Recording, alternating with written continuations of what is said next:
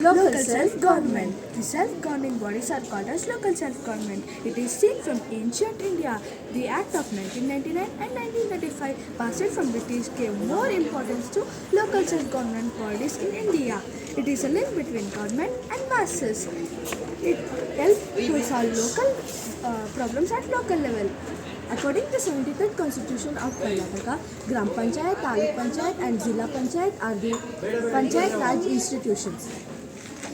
The objectives of local self-government are the involvement of the people in solving the problems of their own locality, to provide the knowledge of administration to the common people, to help to decentralizing power and make administration more efficient, To train or develop the leadership qualities among people at the grassroots level. The local self-government. The functions of the local self-government, the Gram Panchayats, Taluk Panchayats and Zilla Panchayats are varied.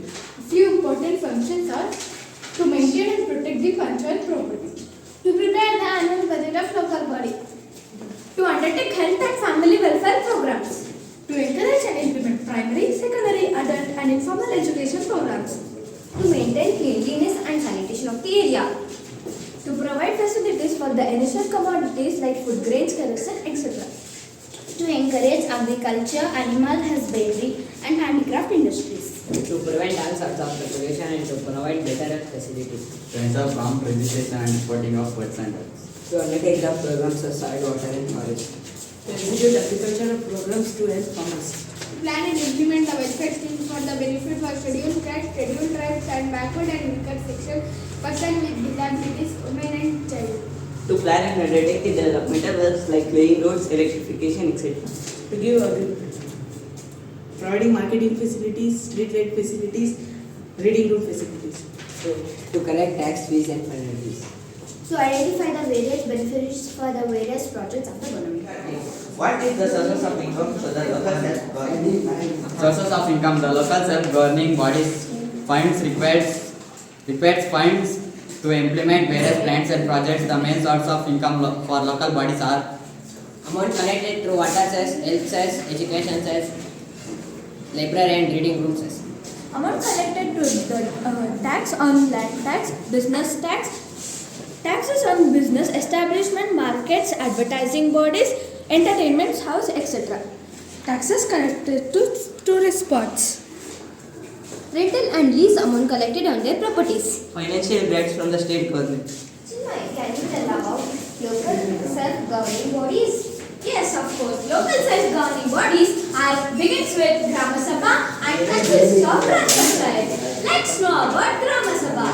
Grama Sabha is a village council where all the people aged 18 and above Grama or the village are the members of Grama Sabha. Grama Sabha provides an opportunity for the people to give their own decisions for the development of the village. Gram Panchayat. Gram Panchayat is the low level of the Panchayat Raj.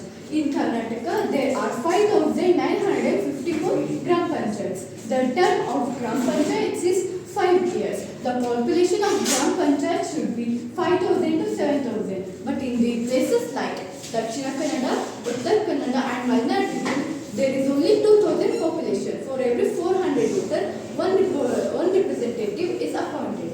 In elected members, one Adhyaksha and Upadhyaksha is elected. Their term is for 30 months. Government appoints Panchayat Development Officer and Gram Panchayat Secretary. The reservation is given for scheduled caste, scheduled tribe, backward classes and Taluk Panchayat. Taluk Panchayat is the intermediary organ of Panchayat Raj system. For every 10,000 voters, one representative is elected. 1/5 members of Gram Panchayat can serve as the members of Taluk Panchayat. Their term is for 1 year. The term of Taluk Panchayat is for 5 years. MLAs, MPs and MLCs can also attend the meetings. Reservation is provided for scheduled caste, scheduled tribe, backward classes and women. The Taluk Panchayat meeting must be held at 2 months, at least 2 months. The Taluk Panchayat president presides over the meeting. If he is absent, vice president will preside over the meeting. The special meetings are conducted. Taluk Panchayat president and vice president are appointed for the term of 30 months. Zilla Panchayat. Zilla Panchayat is the highest level of Panchayat Raj organization. The Zilla Panchayat members are directly elected by the people of that district. The total number of representatives varies from district to district. One representative for a population of 30,000 in Dakshina Kannada, Uttara Kannada and Chikkamangaluru. One representative for a population of 80,000 in Kodagu and one representative for a population of 40,000 in other districts. Zilla Panchayat, the chairman and the vice chairman are elected for the 13 months. The chairman is also called as the president of Zilla Panchayat and Adyaksha of Zilla Panchayat. The chairman presides the meeting. In the absence of chairman, vice chairman presides the meeting. The chairman has the power to sanction 1 lakh rupees for the relief measures during the natural calamities. CEO is appointed by the state government to look after the Zilla Panchayat. CEO has no power to vote, but he can take part in the debates, discussion and meeting. The Zilla Panchayat meetings are held at once in a 2 months. Functions of Zilla Panchayat are to create an atmosphere of mutual trust, confidence between Zilla Panchayat, Gram Panchayat, Taluk Panchayat, for the success of implementation of government programs and projects. To bring about the coordination among all the departments for the successful implement and programs and also supervise such developmental work. To encourage and provide support of establishment of cooperative society, cooperative banks and such other cooperative institutions. To execute the work as directed by the state government.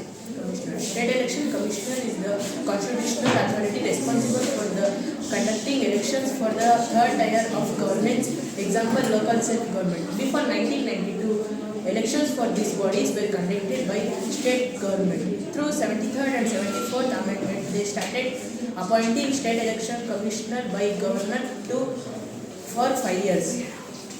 Rajiv Kumar is the State Election Commissioner of Karnataka.